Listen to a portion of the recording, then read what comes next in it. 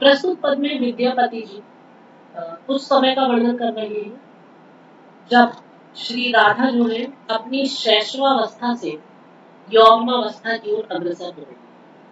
तो कवि ने जो शैशव अवस्था और युवावस्था है उन दोनों के जो मिलन अर्थात जिसे वयः संधि कहेंगे, तो उस स्वरूप में जो सौंदर्य का आगमन उनको प्राप्त होता है, उस सौंदर्य का एक अभिनव चित्रण यहाँ पर कवि कर रहे हैं।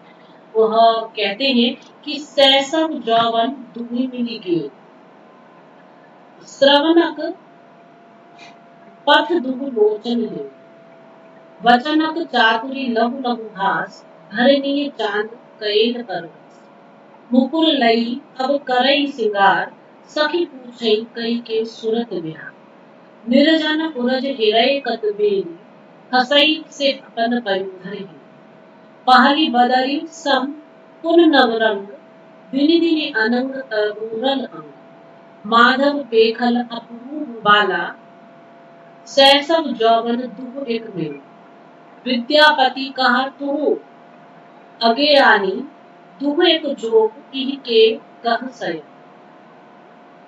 यहाँ पर जो अवस्था का वर्णन कवि ने किया है उसमें वो कह रहे हैं कि सैसव जौवन दुहि मिली गेल, जो शैशवावस्था है वह जा रही है और जो युवावस्था है वह आ रही है। तो ऐसी जो ये वयः संधि की अवस्था है ये अपने आप में अपूर्व। श्री राधा जी के सौंदर्य का वर्णन यहाँ पर विद्यापति जी कर रहे हैं।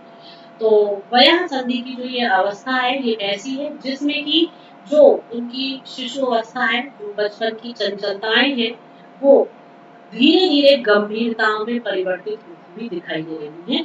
अर्थात युवावस्था जो है वो उनके अंदर प्रवेश कर रही है और जो बचपन है, जो शिशु अवस्था है, वो जो है वहां से प्रयाण कर रहा है। तो ये जो एक वयः संधि है, इसमें जब दोनों मिलकर के एक रंग हो जाते हैं कि वहां पर वो उस क्षण का, उस अवस्था का वर्णन कर रहे हैं कि अभी पूर्ण रूपेण जो शिशु अवस्था है, जो बालपन है, बाल चापल्यता है, वो भी अभी गई नहीं है, लेकिन जो युवावस्था की गंभीरता है धीरे धीरे वो उसमें प्रवेश करना प्रारंभ कर दिया है। तो इसलिए दोनों इस समय मिलकर के एक हो गए हैं, अर्थात उन चपलताओं में भी गंभीरताएं आने लगी।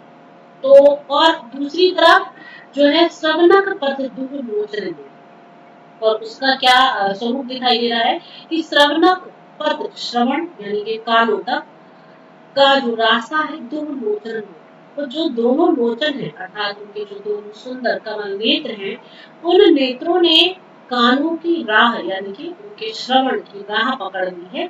अर्थात अब उन्होंने कटाक्ष करना प्रारंभ किया। जिन नेत्रों में अभी तक जो है बाल सौंदर्य और बाल सुकुमारता व्याप्त थी, अब उन नेत्रों में युवावस्था का कटाक्ष स्वरूप भी प्राप्त होने लगा है। अर्थात सौम्यता के साथ साथ जो कटाक्ष है उसकी भी अभिव्यक्ति उनके नेत्रों में दिखाई दे रही है। आगे कहते हैं कि बचन का चातुरी लहु लहु हास, धरणीय चांद कएल परवस। आगे कवि कह रहे हैं कि जो ये अवस्था है, इस अवस्था में जो नायिका है वह नायिका उसके वचनों में, उसकी बातचीत में, उसकी वार्ता में और उसकी चर्चाओं में एक चतुराई सी आने लगती, जैसे एक चतुरता के साथ सौम्यता उसमें व्याप्त है, लेकिन सौम्यता के मध्य एक चतुरता का भाव व्याप्त है और वह चतुराई के साथ मंद मंद लघु लघु हास, मंद मंद मुस्कान प्रारंभ कर देती है। तो बाल चपलता की सौम्यता जो उनके मुखमंडल पर है वो छाई हुई है, लेकिन जो युवावस्था की एक चतुराई है उसके आने के कारण जो उनकी मुस्कान है वो मंद मंद उनके चेहरे को मंडित कर रही है, उनके मुख को अभिमंडित कर रही है। और आगे कहते हैं कि धरणीय चांद्र कमल परवस, इस प्रकार से उनके चंद्रमुख पर जो मुस्कान है वो कमल की तरह खिल रही है।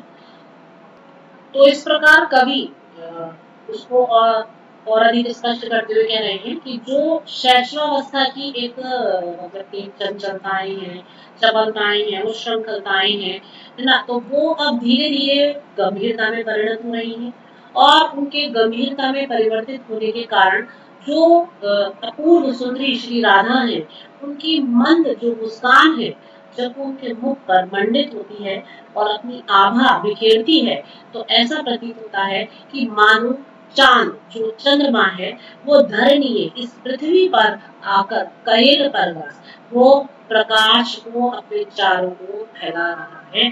अर्थात वो चंद्र जो है वह चंद्रमा इस पृथ्वी पर ही आकर के अपने संपूर्ण प्रकाश को इस पृथ्वी पर फैलाने लगा है। आगे कवि कहते हैं कि मुकुर लई अब करई सिंगार सखी पूछई कई से सुरत बिहार। आगे श्री राधा के सौंदर्य को वर्णित करते हुए कवि कहते हैं कि इस अवस्था में वह श्रृंगार प्रियता से युक्त है जो एक स्वाभाविक स्वरूप दिखाई देता है युवावस्था में, वया संधि में। तो उसी स्वाभाविकता के कारण वह जो श्री राधा है वो भी श्रृंगार प्रिय हो गई है। श्रृंगार प्रियता की जो भावना है वो उनमें जागृत हो गई है। अतः क्या करती हैं कि मुकुर हाथ लय करई सिंगार, वो अपने हाथ में दर्पण लेती हैं और अपना श्रृंगार करने लग जाती हैं। तो जो एक वया संधि की स्वाभाविकता है कि इस अवस्था में आकर जो युवतियां हैं उनको श्रृंगार अच्छा लगने लगता है, अपने आप को निहारना अच्छा लगता है, स्वयं के सौंदर्य को देखती हैं। तो ये जो एक स्वाभाविक गतिविधियां हैं, क्रियाएं हैं, ये श्री राधा में दिखाई देती हैं। और आगे कहते हैं कि इस अवस्था में वह सखी पूछई कई से सुरत बिहार, तो जो कामदेव है वह भी अपना प्रभाव क्योंकि दिखाना प्रारंभ कर देते हैं। तो इसलिए जो सुंदरी स्त्रियां हैं वो इस वया संधि में आकर जो रति क्रीड़ा है इससे संबंधित जो चर्चाएं हैं वो अपनी सखियों से प्रश्न करने लगती है। इसमें आगे कवि कहते हैं कि निर्जन उरज हेरय कतबेरी हसई ऐसे अपन पयुधर हेरी। तो एक स्वाभाविक अवस्था के रूप में जो सौंदर्य उनके पूरे संपूर्ण अंग प्रत्यंग में प्रभावित होने लगता है और जो अपनी गंभीरता के साथ प्रकट होने लगता है, तो वो स्वयं उस सौंदर्य को अपने निहारने लगती है और उसे देख देख कर प्रसन्न होती है। आगे कहते हैं कि पहली बदली सम पुण्य नवरंग दिन दिन अनंग अगूरल अंग। तो इस समय जो वो सुंदरी राधा है जो अपनी बाल्यावस्था में जिनके जो अंग प्रत्यंग है वो संपूर्ण ताकू प्राप्त नहीं हुए थे, अब वह इस युवा वया संधि में आकर के जो उनके अंग प्रत्यंग है वो गंभीरता को प्राप्त होने लगे हैं।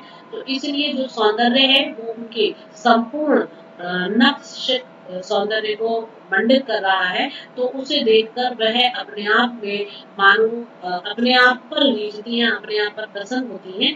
तो इस प्रकार से जो राधा है, श्री राधा है, वो मानो उनके ऊपर स्वयं कामदेव ने उनके उस संपूर्ण सौंदर्य को जो है अपूर्व निधि जो है उनकी उस पर स्वयं पहरा देना आरंभ कर दिया है। आगे कहते हैं कि माधव एकल अप्रुप वाला सहसव जौवन दूरी एक भेदा। और इस समय जो श्री राधा का वो सौंदर्य है उसे देखकर माधव जो अर्थात भगवान कृष्ण है वो उस अज्ञात नव यौवना मुग्धा नायिका यानी कि श्री राधा जी को देखकर और जिनमें की इस समय की जो वया संधि है जिसमें शैशवावस्था और युवावस्था दोनों परस्पर मिलकर एकाकार हो गए हैं, उसे देखकर वह अत्यधिक मुग्ध होते हैं।